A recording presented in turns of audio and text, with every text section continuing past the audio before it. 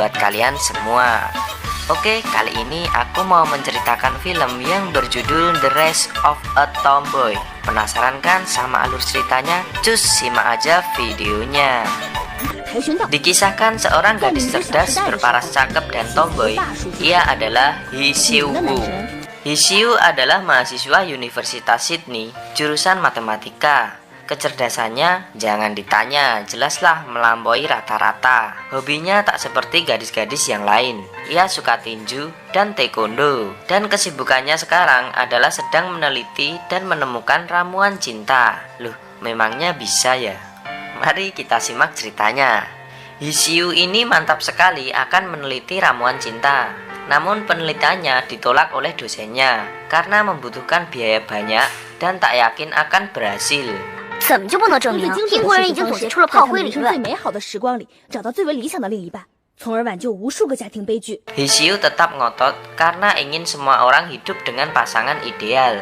Ditambah ia ingin mengurangi angka perceraian dan keluarga yang berantakan. Bahkan saking percaya dirinya, Hee Siwoo mempromosikan penelitiannya saat pemilihan organisasi. Juga mencari kelinci percobaan untuk penelitiannya, yaitu Lily, teman sekamarnya.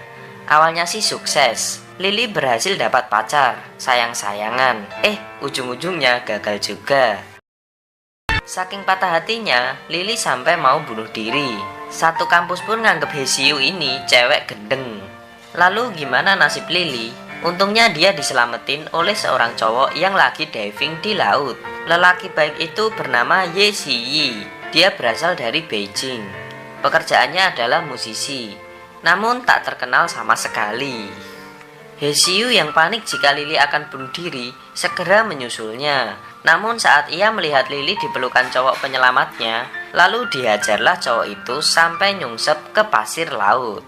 Melihat Lily yang depresi, makin bersalahlah Hee Siwoo dan berjanji akan mengoptimalkan rumus-rumusnya. 一定是哪儿出了问题，等我把公式再优化一下，再重新给你算一遍，公式是不会错的。 Karena rasa bersalahnya yang besar, ia pun memilih kelinci percobaan berikutnya, dan itu adalah dirinya sendiri. Ternyata Hee Siwoo aja belum pernah merasakan jatuh cinta, malah mau menjatuh cintai orang lain. Saat ia mencoba menggunakan rumus buatannya, rumus itu mengatakan jodohnya bakal dia temuin di Beijing. Ya udah deh, langsung aja Hee Siwoo ingin terbang ke Beijing. Niat kali. Sebelum ia berangkat, ia ingin menuntaskan data-datanya dengan mengunjungi tempat kupu-kupu malam. Dia mengamati semua aktivitas orang-orang di sana. Tak sengaja ia melihat Ye Si-yi yang sedang ngobrol dengan salah satu kupu-kupu malam. Hee Siwoo pun mengira Ye Si-yi ini sedang jajan. Diomelilah Ye Si-yi karena dianggap sedang merendahkan mereka. Hee Siwoo ngomel-ngomel gak jelas sambil ngitung jam kerja kupu-kupu malam. Pertemuan itu berakhir dengan tonjokan di muka Ye Si-yi. Hari pun berganti, berangkatlah Hee Siwoo ke Beijing. Ternyata berbarengan dengan Ye Si-yi yang juga ke Beijing. Saat tiba di bandara, Ye Si-yi sudah tidak sabar ingin bertemu gebetannya yang cakep Wol. Namanya Kiao Kiao. Saat Ye Si-yi sedang menyatakan cintanya pada Kiao Kiao, Hee Siwoo tidak sengaja lewat dan berteriak kalau dia cowok genit yang nawar cewek dengan harga murah. Mereka pun berantem dan Kiao Kiao menolak cinta Ye Si-yi. Sangat sebalah Ye Si-yi pada Hee Siwoo. Hee Siwoo pun tersadar jika dia salah orang. Karena nggak enak, Hee Siwoo langsung kabur menuju hotelnya. Saat ia membuka koper, ternyata koper yang ia bawa milik Ye Si-yi. Dia pun kebingungan karena tak punya identitas sama sekali. Bahkan anjingnya dikejar-kejar petugas keamanan karena tak ada dokumentasi identitas. Hee Siwoo pun akhirnya kabur menuju hotel milik Ye Si-yi. Dia pun memaksa untuk nebeng hidup sambil nunggu kopernya ketemu. Jauh dari kata sopan, Hee Siwoo malah bersikap seperti ada di rumah sendiri. Bahkan ia memakai kamar mandi seenaknya untuk inilah itulah dan mandiin anjingnya juga. Ye Si-yi yang kebelet pipis tak kuasa menahannya. Ia pun pipis di baskom. Apesnya, anjing Ye Si-yi yang gemas dengan onderdil milik Ye Si-yi pun menggigitnya. Ye Si-yi pun harus sampai pergi ke rumah sakit. Saat ia kembali ke rumah, Yesiu sudah ada di kasur dan memakai semua barang-barangnya. Yesiu pun protes atas kelakuan anjingnya. Yesiu pun malah tidur di sofa. Namun anjing Yesiu malah ngajak main dengan narik-narik selimutnya sampai pagi. Karena berasa sedang di rumah sendiri, Yesiu jadiin rumah itu laboratorium penelitiannya. Yesiu yang menjadikan dirinya kelinci percobaan pun menunggu cinta sejatinya datang pada tanggal 23 September pukul 9 pagi. Namun menurut hitungan rumusnya, ia akan bertemu 2 cowok pecundang dulu sebelum bertemu cinta sejatinya. Yesiu yang mendengar itu tertawa karena terdengar mengada-ngada. Yesiu minta bantuan Yesiu untuk menyiapkan kencan butanya. Yesiu lalu mempertemukannya dengan Bu Liu Jiangyang. Bu Liu akan mencarikan 4 lusin pria sebagai subjek. 4袋啊！你买啤酒呢？你有？ Saat Yesiu bertemu dengan semua pria-pria itu, tak ada satupun yang tertarik padanya. Bu Liu pun menyarankan agar Yesiu merubah penampilannya. Dia mencoba banyak model baju, bermake up, dan meluruskan rambutnya. Yesiu tertawa ngakak melihat tingkah soplaknya. Bu Liu juga menyarankan agar Yesiu masuk komunitas cewek tomboy patah hati. Saat pertemuan komunitas itu, tak sengaja ada Kiao Keo juga di sana. Yesiu tampak sedang galau. Ia cerita jika sedang bucin dengan Kiao Kiao dan telah berkorban sangat banyak untuk wanita ini. Namun sayang, cintanya seperti bertepuk sebelah tangan. Yesiu lalu mempertemukan mereka berdua dan menjelaskan kesalahpahaman di bandara kemarin. Benar saja, Kiao Kiao memang sudah punya pacar baru. 这个是我的男朋友，哥呀。 Yesiu pun patah hati. Mengapa kau tak membalas cintaku? Dengan sigap Yesiu menjelaskan rumus alternatif agar Yesiu tak terlalu patah hati. Kiao Kiao yang merasa diremehkan pun mengejek Yesiu tak akan punya pasangan selamanya karena sikapnya yang menyebalkan. 你现在是女汉子，老了以后就是光棍女老汉。 Yesiu berusaha menghibur Yesiu yang patah hati dengan teori-teorinya, tapi justru malah makin ribet dan memusingkan. Kini giliran Yesiu yang curhat. Jika dulu saat ia remaja, orang tuanya bercerai dan ibunya meninggalkannya, ia sangat sedih dan terus-menerus menangis. Sejak saat itu, dia tak ingin menangis lagi selamanya. Yesiu ingin rumus cintanya berhasil agar tak ada yang memiliki keluarga yang hancur sepertinya. Namun selama proses mencari cinta sejatinya, ia tak segera menemukan 2 cowok pecundang sebagai syarat penelitiannya. Yesiu pun menawarkan diri sebagai pacar pecundangnya selama 1 hari. 做你1天的炮灰男友。 好啊， Mereka pun jadian. Mari kita lihat seperti apa mereka pacaran sehari. Mereka justru tampak sangat cocok, tak seperti pacar bohongan. Mereka dance bersama, selfie, masak, bersih-bersih rumah, dan malamnya mereka juga kencan dan ngebir bareng. Karena mabuk, mereka malah mampir untuk membuat tato di tubuhnya. Yesiu ingin mengerjai Yesiu. Ia meminta tukang tato agar Yesiu kesakitan sampai menangis. Namun siapa sangka, saat tato selesai yang KO karena kesakitan adalah Yesiu. Wah, cemen sekali. Sebelum mereka mengakhiri pacaran sehari, Yesiu minta dibuatkan lagu tentang matematika untuknya. Mereka terlihat sangat romantis hari itu, dan mereka juga merasa sangat cocok.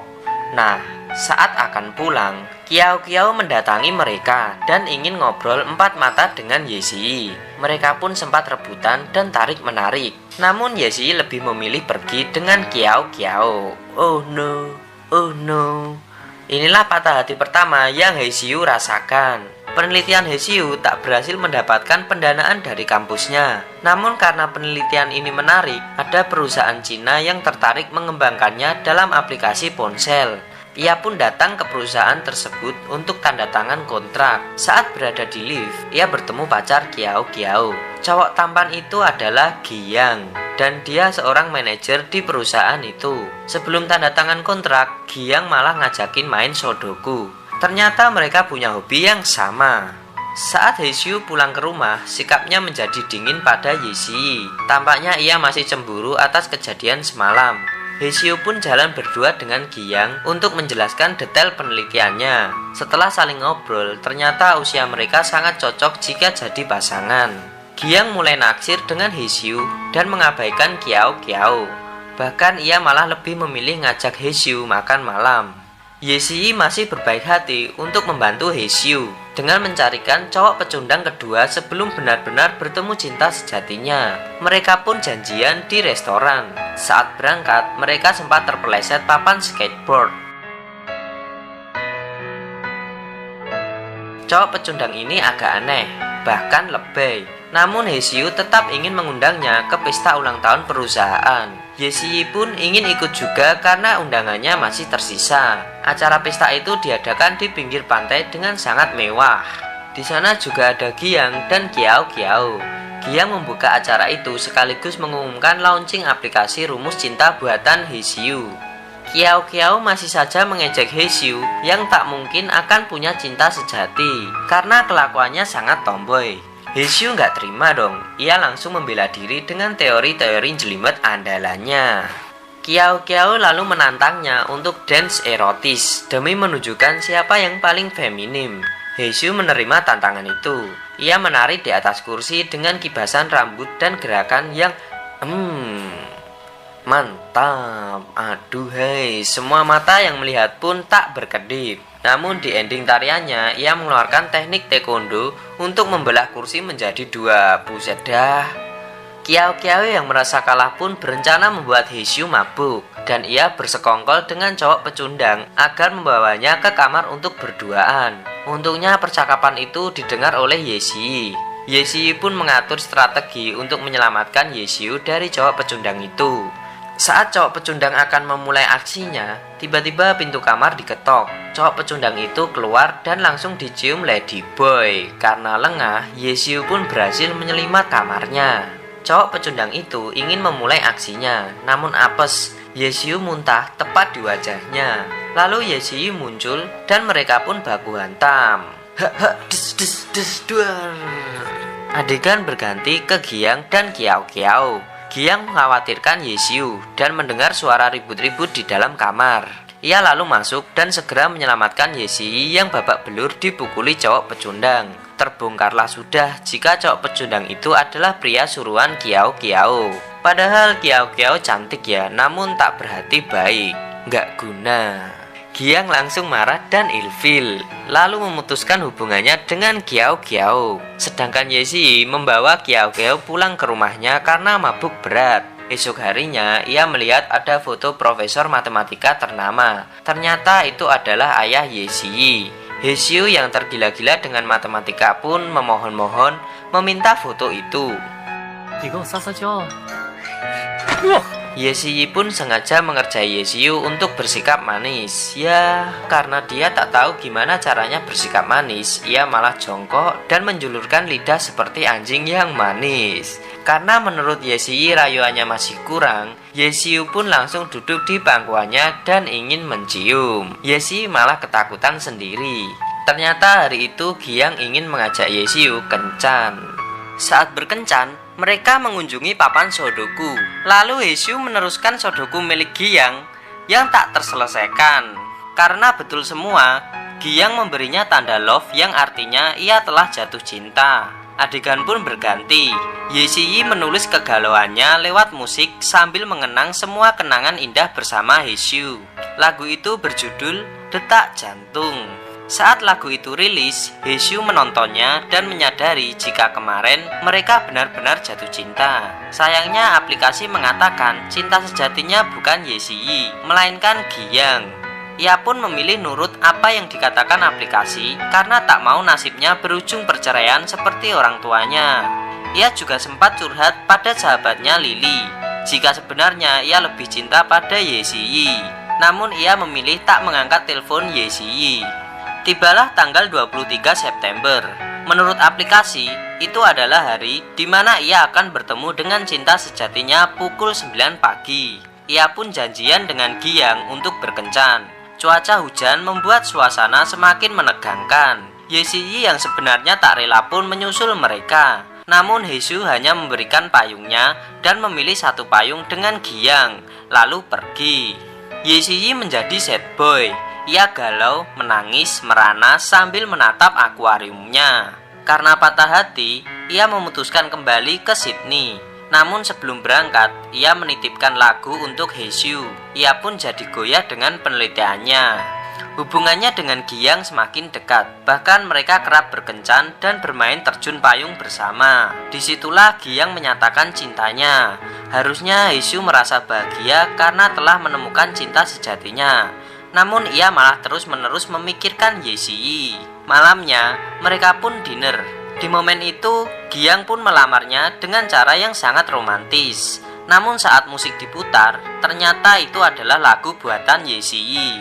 Ia pun menyadari jika cinta tak harus selalu pada orang yang sama. Kamu bisa jatuh cinta pada seseorang yang bukan tipemu. Cinta juga tak memandang fisik, waktu, dan tempat. Ia bisa datang kapan saja. Ia pun segera menolak lamaran dan meminta maaf pada Giyang, lalu pergi mencari Yesiyi. Sayangnya ia terlambat.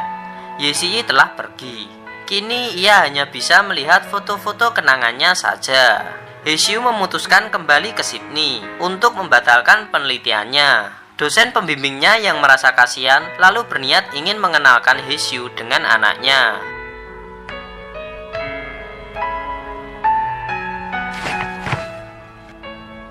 Siyi, Ternyata anak bu dosen adalah Yesiyi. Mereka pun akhirnya balikan dan film pun tamat.